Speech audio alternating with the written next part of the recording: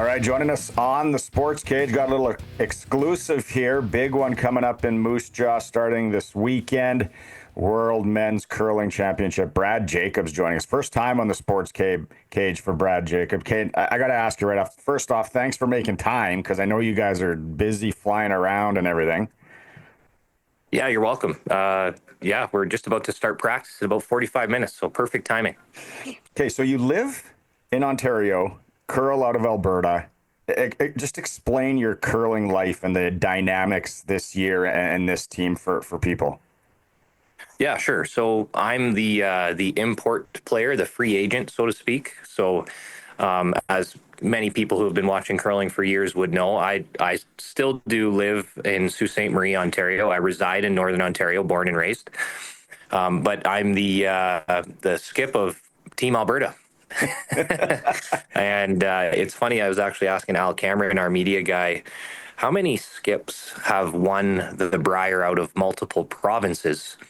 And I think the answer is two, myself being one of them now, the other being Rick Folk. We're trying to figure out if there's any more, but yeah, it's a little bit more common now for players to kind of combine from different provinces, multiple provinces, and form teams. Whereas back in the day, that wasn't common, right? If you wanted to play out of a different province, you literally had to pick up and move your family to that province. So I come out west, come out to Calgary and train with the guys multiple times per season. I've probably been out here, if I had to guess, like 6 to 8 times, besides all of the different tournaments that we play in. So came out here a couple days before the Brier, then we all made our way to Kelowna. Same story, coming out a couple days before the Worlds, and then we all head to Moose Jaw tomorrow morning. So it's been great.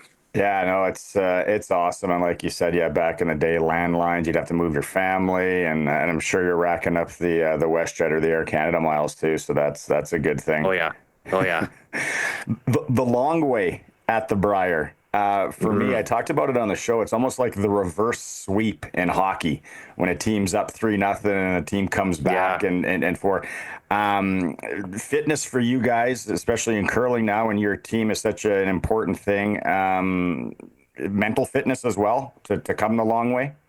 Yeah, yeah. So if you look at our Brier, we had a great round robin. We were undefeated. We were the only team in the Brier to have an undefeated round robin record. And that was really important after we lost that play-in game against Brad Gushu, being the only game that we had lost that week, because it meant that even though we had to go the long way and win 4 games in a row, we actually had hammer in 3 out of 4 of those games, predetermined. And that even just on the brain is gives you that little bit extra confidence. It gives you that slight advantage starting all of those games.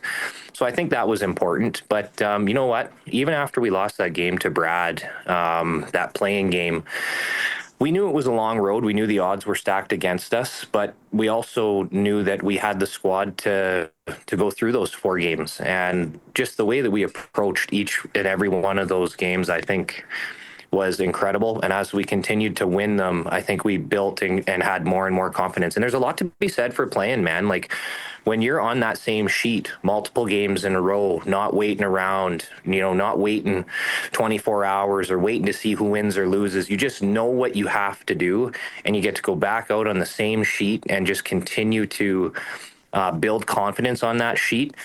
There's a lot to be said for that. And so as we worked our way through those playoffs, I think we just built more and more confidence. And especially, I would say, after we got the hugest break of all time with Brad missing his last and, winning that semifinal. For all of us, and I know I can speak for myself, I really felt like, it was becoming destiny. Like, how do you get a big break like that and not go all the way? And even that just helps with the mentality of things. And I remember going into the last day and I said to the guys, jokingly, because we had already played, I think, 11 games. We ended up going 12-1 and playing 13 games because we had to play 2 on Sunday. But I said, I got one more day in me. And then we beat Brad, and going into that last game, I said, okay, I got one more game in me. This is it. And even throughout that final, we played the first couple of ends and made some good shots to get out of those ends and get blanks. And it was just counting down the ends, trying to keep yourself in the game right till the very end. And we did that. And, what's cool about coming through those elimination games, not only are they very hard games and you're on your last life every single game, but I said to the guys, it just feels so well deserved when you do it that way. And then even in the final, we didn't have a lead in the game ever until after the last rock came to rest. Yeah, yeah. It's So. it's true. And then I want to get to the ending and all that, but do you train mentally, or do you just pull from experience? Like you hear golfers, right? They're always or field goal kickers, they're always training mentally. Or do you just pull from experience? I'd say a little bit of both.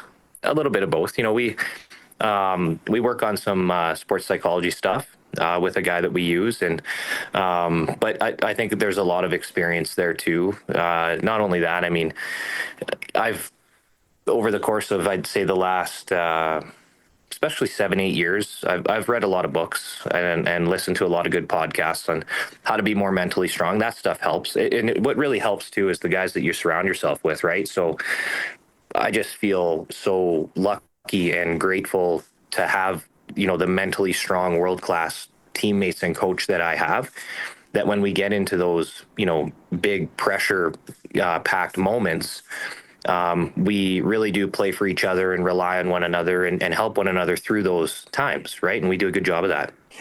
The hug with Benny and that last shot, like that was real. Like that was real emotion. It's something that's probably going to be etched in your brain. It's living live, right, forever now in video. But like I said, like that was real. Yeah, it was. Yeah, it was pretty cool. We've been waiting for. You look at our Brier. We didn't get very many TV games until we got into the playoffs. We really just kind of flew under the radar. I'd say there was a lot of talk about. Goose Shoes 1-6, and they're still Team Canada, and you need to beat them. And, there's a lot of talk about Dunstone's team being the #1 ranked team in Canada going into that event. They had a lot of attention. I think we just kind of flew under the radar in our pool and just kept building and building and building. And, for me, you look and we fast forward to the end, we didn't have very many moments to let loose, and we didn't have to make very many big shots. Like my guys made so many of just the basic standard simple shots, and we just kept stacking points on the board. And we did make a few big ones. Don't get me wrong. We all had our turns doing that, but it all just kind of came out at the end, Barney. And for Ben and Brett, that was their 5th. For Mark, he hadn't won the Brier in 9 years, and for me, I hadn't won the Brier in 12. It had been 12 years. So. And I think we were just relieved that it was all over with, and it was, relatively nice, simple shot to win, but still have to make it. And we'd been waiting for a big moment all season, and that's when it happened. And I remember when Ben started heading towards me, and I was kind of blacking out. I think we all were. Ben certainly was too. I remember as he got closer and closer to me, I thought we better slow down here because he's got probably 30 pounds on me, and I hope he doesn't run me over. But it was a great moment. For me, that final shot and how you went into the hack and you came out so quick, and I'm like, did I miss something here? It was almost like the 18th hole of Augusta, and a guy just throwing the tee in the ground and hitting it. Like, no, I was like, wow, that was something special. Let's talk about the legend a bit, the Regina legend, Benny. What do you remember your first time meeting Ben Hebert, or your first interactions with him? So it's kind of hard to remember everything. The thing that's burned into my brain, though, is 2007 Brier in Hamilton. It was my first Brier. So I would have been 21 years old, and those guys just formed their team. So it was Ben and Mark and Johnny Moe and Kevin Martin, and they just formed their team. And I think that was their first Brier. And we played them in the second game in 2007. We're Team Northern Ontario. I'm playing with my Uncle Al and Lee Toner and Dusty Jacobite, and we go out and we beat them 8-4 in 9 ends. And I just remember thinking to myself, the amount of people that came up to us after and said, you don't have to win another game for the rest of the Brier. You just beat Kevin Martin, Team Alberta. You guys did Northern Ontario proud. But yeah, I remember those guys just being, young and hungry, formed that new super team. And we went out and first time playing them, beat them, which is just bizarre, right? But we played great. We out angled them, and they were good. They were good sportsmen even about it because we just kind of outplayed them, Yeah. which was weird. But another thing that really stands out for me is just seeing those guys, and Benny and Mark and John and Kevin like win the 2010 Olympics. Like that, when I saw that, and I remember being at Boston Pizza and Sault Ste. Marie, I wanted to go to the Olympics one day. That was a big dream of mine, and seeing them win in Vancouver and, always seeing them hugging and celebrating and having success as young men, I thought, I want that one day. And really looked up to all those guys growing up and then started getting better and playing against them, right? Yeah, is Benny Hebert the guy you want to bring home? Your daughter to bring home. Is he the guy that's always going to help you move, or is he the guy that like the party boys golf trip or whatever? He's the guy that you want on the trip. Which one is he? He's kind of all of that. He's kind of all that, and he's kind of like a Brad Marchand. I think when you play with him, you love him. He's a great team guy. He's got your back. Um, just he's someone that you want to play with, that will stick up for you Yeah. and will run through a wall for you. But when you play against him, which I played against him and these guys most of my career, you want to hate him big time. You really want to hate him, and it's easy to do both. But it's nice to be on the other side with Yeah. Ben now, and yeah, we've developed a really great, strong relationship right from the beginning, and I knew that would happen. I read. I think you hold a degree in geography. How much do you know about Moose Jaw? Zero. The Zero, tunnels. and even the degree, like yeah, I showed up to exams, I think back, just I knew one thing for sure when I was young. I stayed in school, but I wanted to be a curling athlete, right? So the geography degree, it hasn't really come into play. But yeah, looking forward to Moose Jaw. I think I did look it up. I think it's a small community, right? Around 35,000. It's nice though. It's got like a little valley in the middle. You'll like it, and Yeah. being so close to Regina, being somewhat close, Assiniboia, Swift Current's just down the road. Like the support's going to be fantastic because like Yeah. nowadays with the tours and how much you guys travel, and you talked about going back in the day. Nowadays, do you know pretty much all the teams that are coming? Is there any surprises that are coming at you? We pretty much know everyone. Yeah. There might be a few surprises. I mean, I've looked at everyone. A few of the teams that I haven't looked at are the ones that we don't really know that much about. There really isn't much to find on them. But yeah, we know what we're up against. We know that there isn't going to be any easy games. It's going to be tough. It's going to be really tough, harder than the Brier.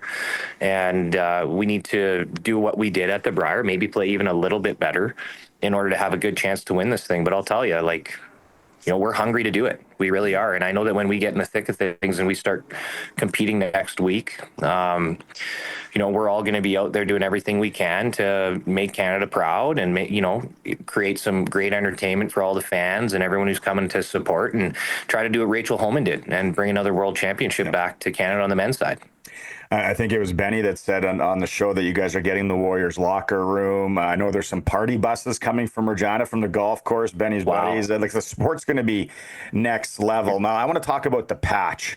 Like probably the closest a curler's ever going to be to being a rock star and walking in. Are you guys going to maybe go for a couple in there?